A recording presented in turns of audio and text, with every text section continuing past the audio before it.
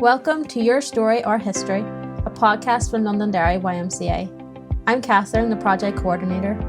And I'm Hannah, the project archivist. For the past year, we've been on a mission funded by the National Lottery Heritage Fund to capture the voices that have shaped this organisation. We have just celebrated 40 years at our Drummahoe site and are approaching a massive milestone, our 170th anniversary. But history isn't just about dates and buildings, it's about people. We've invited former and current members, volunteers and staff to sit down with us and share the stories that don't always make it into the history books. These memories make our living archive. In our fourth episode, we are joined by our General Secretary, Lisa Dunn. Having been part of the organisation for over 20 years, Lisa shares the stories that have defined her time at the YMCA. From the profound impact of the late Willie Lamrock on her life and the organisation, to the laughs behind the infamous canoe race incident, Lisa reflects on the unique community bond found at Londonderry YMCA. My name is Lisa Dunn. Tell me a wee bit about yourself, so your age, your occupation and your hobbies. I am 46, General Secretary at the YMCA. I am work full-time, a mum, a wife and dog walker. Perfect. So tell me, how did you get involved with the YMCA? Been involved with the YMCA for many, many years. Way back when the rugby was alive, I was the treasurer for the rugby club, and have known the YMCA since being at school. We would have came here for school trips and different things during school. I don't want to count how long ago that was, but I'm sure it must be 30 odd years ago that I've been around the YMCA. You started as the treasurer, and then how did you move up then? Because you're General Secretary now. Yeah, so treasurer for the rugby club. My background is finance, so I've always worked in accountants and finance offices and stuff. And the treasurer for the rugby club. Then got married and had 2 wonderful children, which meant my job had been based in Cookstown and was no longer really suitable for a family. Then the admin post came up here, so I thought that was made for me, so I went in there, and that was 17 years ago and have never looked back. So yeah, that just progressed about 3 or 4 years ago. Back then, Willie retired, so I took on the General Secretary's post then following that. So tell me a wee bit about your role as General Secretary, describe your role. So it is vast. There are many parts to it. We normally talk about it as if you're in a circus and you're spinning plates, and there is many plates to be spun all of the time. But while it is hectic and wonderful all at the same time, I wouldn't have it any other way. It's just brilliant, yeah. So what was the single most memorable moment or event you experienced while being part of the YMCA? And can you describe the atmosphere and the feeling of the moment? Yes, it stands out like a big fat red sore thumb. We did, Willie arranged a charity fundraising event, and he had arranged 2 canoes to canoe down the foil. That ended in a little bit of a disaster. And while it was a fabulous event and there was so many laughs and so much happening, one of our boats capsized and we had to do a rescue event and things. So so that's probably the most memorable one, and the laughs and the stories and everything from that was just brilliant. Yeah, and the friendships, and we still talk about it today. Yeah. What are some of the challenges that you've experienced while being part of the YMCA? There has been loads. Obviously, we went through COVID, so we have had many over the years. Funding obviously is a big challenge for us all the time, and has been and will continue to be. We worked our way through COVID. Probably the biggest challenge has been when Willie retired, and the loss of his presence and stuff was absolutely, and continues to be a challenge even yet. Certainly for me personally, he was just such a character, such a presence, and such a visionary that I have learned so much from. Yeah, that probably remains still the biggest challenge, is continuing on with his enthusiasm. Yeah. And thinking back on your time, even from being the rugby treasurer till now, what is the most valuable skill, lesson, or friendship you gained from that experience? Yeah. The absolute sense of community that you get with people. It's not like anything I've ever experienced in any other place. There is just a connection that has been made over the years with so many different people. It's hard to put it into words, but of all the other places that I've been, I've worked and everything, it has been nothing like that feeling of family and community that you get here. I have certainly made a great friendship in Katrina. It's like Bill and Ben, the two of us sitting in the office. It's and I absolutely value the friendship that we have had over the years as well. It has been very enriching. It's been brilliant. Yeah. And so thinking about the Londonderry YMCA as a whole, what do you think is the most significant or positive contribution that it has had on the community? The fact that it has been here for 169 years, it has touched so many corners of the community, and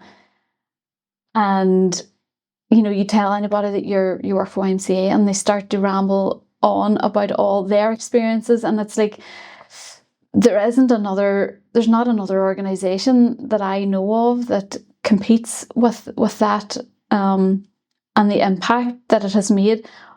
There could be a million small impacts, but they've been amazing. Never mind the big sort of community and peace building impact that it has made, but the sporting and the friendships, it's just not challenged by anybody else. Can you talk a wee bit more about peace and how and community building, how that's how this organisation would be cross community? Yeah, we've had a number of peace projects that help to do that. There was a Gateway to Protestant Participation. That was the first one, and that brought different community groups together to sort of try and sort of encourage them to do a bit more. That expanded then to the CCB program. I can't remember, the Community Capacity Building program. And that went out into all the rural areas, all the small grassroots clubs, and tried to upskill them together, which was brilliant. There was a respect program that brought together all different grassroots sports clubs. They all came together and did different, projects, and it was really very valuable as well. So I mean that's just a very small nutshell of those peace building projects. That was all areas of the community were covered with all those projects. And then can you talk a wee bit about Willie?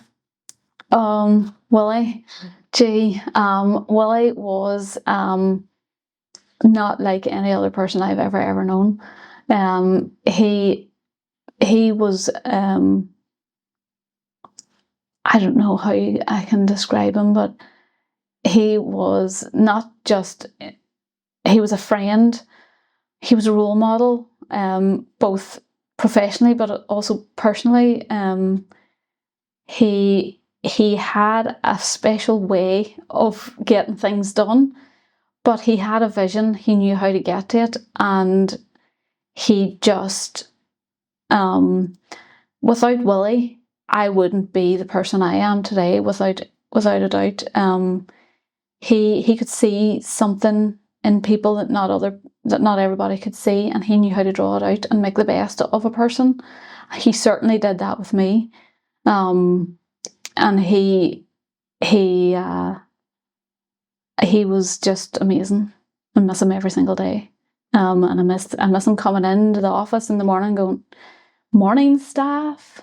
You know, he had all these different, but the laughs that we had, few tears, few laughs, but I don't know how to put it into words. He was just, yeah, a role model for me, yeah.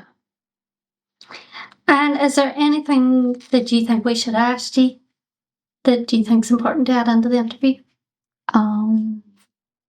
Is there anything more about Willie, kind of his impact organisational wide? We've heard a lot about how his character and how he impacted different staff, but kind of as the organisation and kind of his journey through that and stuff. So Willie was involved with YMCA for 40 years. And way back when it was moving from the city centre to here, he was paramount in that.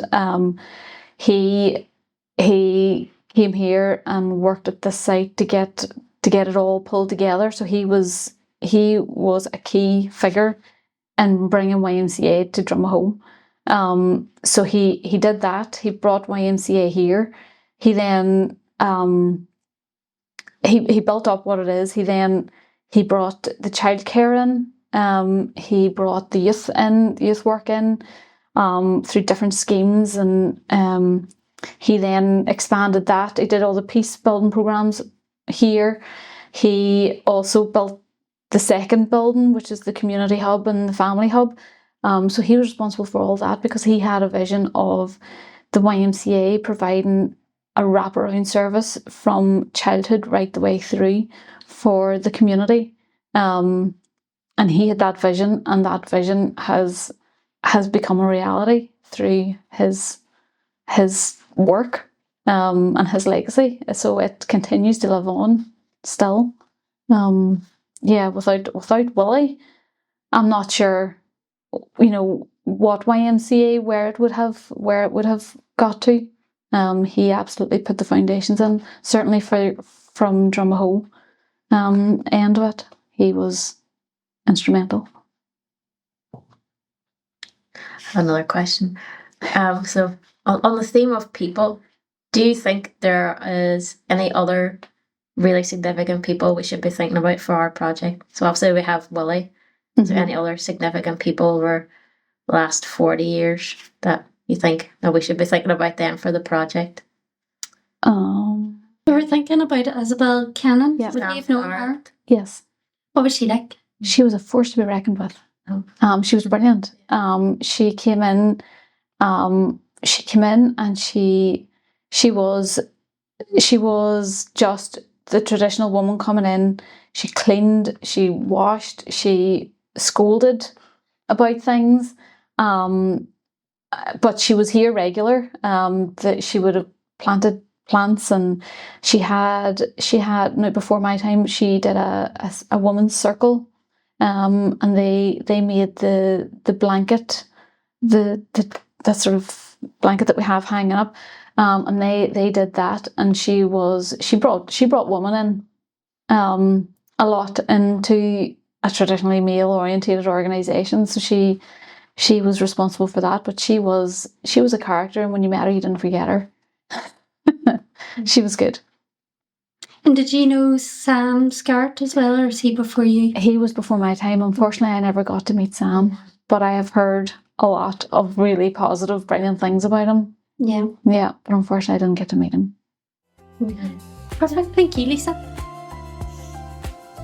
Thank you for listening to this episode of Your Story, Our History. Our living archive is still growing. If you have a story from the last 40 years at Drumahoe, we want to hear from you. You can get in touch by messaging us on Facebook or Instagram at Londonderry YMCA Heritage, or emailing heritage.lderry@ymca-ireland.net. This project is kindly funded by the National Lottery Heritage Fund. Be sure to follow our podcast so you don't miss our next story. Because our history is your story.